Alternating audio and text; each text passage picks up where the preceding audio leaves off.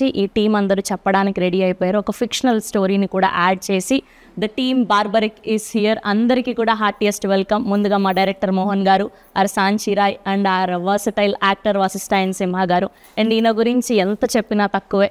మా సత్యరాజ్ గారు. అండ్ ఇవాళ స్పెషల్గా మాట్లాడుకోవాల్సింది మా బానక్క. అండ్ చాలా ఆనందంగా ఉంది మిమ్మల్ని ఈ సినిమా ద్వారా కలుసుకోవడం. అండ్ మా ఎప్పటికి మా లవర్ బాయ్ సత్యం రాజేష్ గారు కొంచెం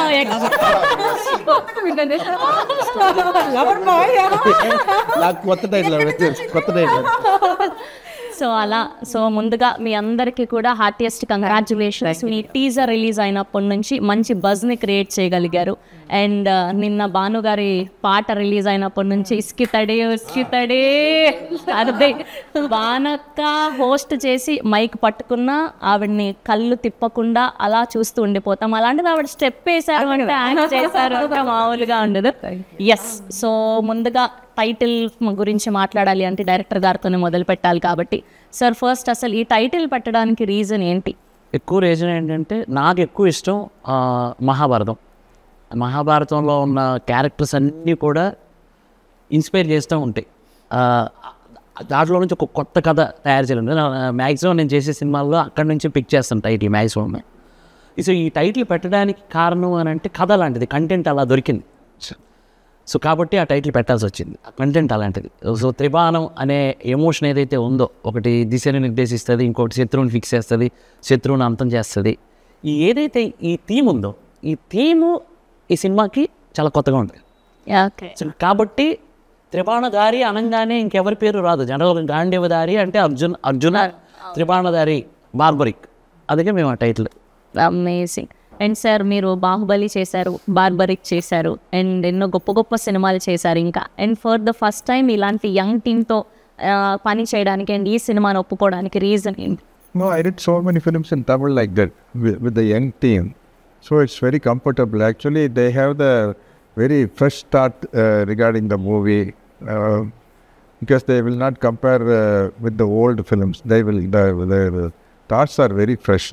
That's why I'm very comfortable with the new team. Yes, and moving to our favorite Banu garu. And మీరు ఎలా ఫీల్ అవుతున్నారో తెలియదు కానీ యాజ్ ఏ తెలుగు అమ్మాయిగా మేమందరం super happy. And from all the women out here and kudos to you. మీరు మళ్ళీ పని చేయాలి, కనిపించాలి అని మేము మనస్ఫూర్తిగా కోరుకుంటున్నాం. అది కూడా అదే కోరిక.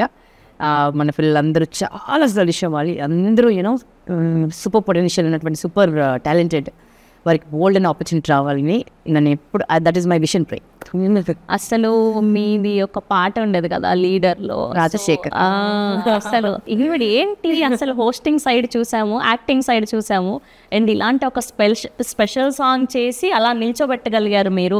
అండ్ సో దాని తర్వాత చాలా కాలం అయిపోయింది మిమ్మల్ని చూసి. ఈ మధ్య మీ యూట్యూబ్ పెట్టడం మళ్ళీ అక్కడ చూస్తున్నాం అండ్ మూవీలో ఇప్పుడు చూడడం. అండ్ మీకు ఎలా అనిపిస్తుంది మళ్ళీ పెద్ద స్క్రీన్ మీద కనిపించడం? నాకు కూడా చాలా హ్యాపీగా ఉందిరా. బికాజ్ యూనో చాలా క్యారెక్టర్స్ అడుగుతూనే ఉంటారు నాన్ స్టాప్. రాజశేఖర సాంగ్ చేసిన తర్వాత ఎన్ని పాటలు అడిగారో చెప్పలేను.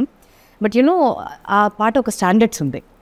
సో దాన్ని నేను మళ్ళీ ఏదో డబల్ మీనింగ్ సాంగ్ ఉండో ఏదో అట్లా చేసి దాన్ని ఐ డోంట్ వాంట్ టు దాన్ని ఔన్నత్యాన్ని పొగొట్టదలుచుకుంది. అట్లాగే నాకు నచ్చిన క్యారెక్టర్స్ నన్ను కన్విన్స్ చేసి చెప్పగలిగినవి నా దగ్గర వచ్చినవి. అట్లా నేనైతే కన్విన్స్ కాలేదు ఇప్పటి వరకు. బట్ వన్స్ ఈ స్టోరీ విన్న తర్వాత దీంట్లో ఒక ప్రత్యేకత ఉంది. నా క్యారెక్టర్కి ఒక ప్రత్యేకత ఉంది అండ్ నేను కొత్తగా కనిపిస్తాను. అండ్ ఒక యాక్టర్గా నాకు ఒక ఛాలెంజ్ అయితే, అంటే ఇప్పుడు గ్లామరస్గా కనిపించే నాకు యూనో ఒక మాస్ గెటప్ వేసుకుని మాస్ డైలాగ్ చెప్పి పాన్ నవలి ఒకటి దౌడ బగులు కొట్టి, ఇదంతా ఒక ఛాలెంజ్. నాకు ఛాలెంజెస్ యాక్సెప్ట్ చేయడం ఇష్టం. అండ్ నేను చేసినవన్నీ కూడా అలాగే ఉంటుంది. నేను యాంకరింగ్లో కూడా అలాగే ఛాలెంజెస్ చేశాను. ఒకవైపు పొలిటికల్ షో చేసినా దాంట్లో దుమ్ములు చెప్పాను, ఒకవైపు యూనో పల్లెటూరు షో చేసినా అలా ఛాలెంజెస్ అంటే ఇష్టం.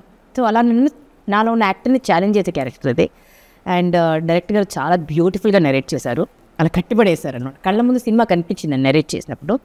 అండ్ ఎగ్జిక్యూటివ్ ప్రొడ్యూసర్ నాకు బెస్ట్ ఫ్రెండ్, ఇంకా తను పట్టుబదిలిన విక్రమార్కుడు అనమాట. ఒకసారి చెప్పాడంటే ఒప్పించి తీరుతాడు. సో రాజేష్ కొత్తగా అనిపించింది నాకు. అండ్ అందున ఈ పేరు వినగానే ఆ స్క్రీన్లో కనిపించడమే ఒక అదృష్టం అనిపించింది. సత్యరాజ్ గారి పేరు వినగానే. రాజేష్ గారు, సో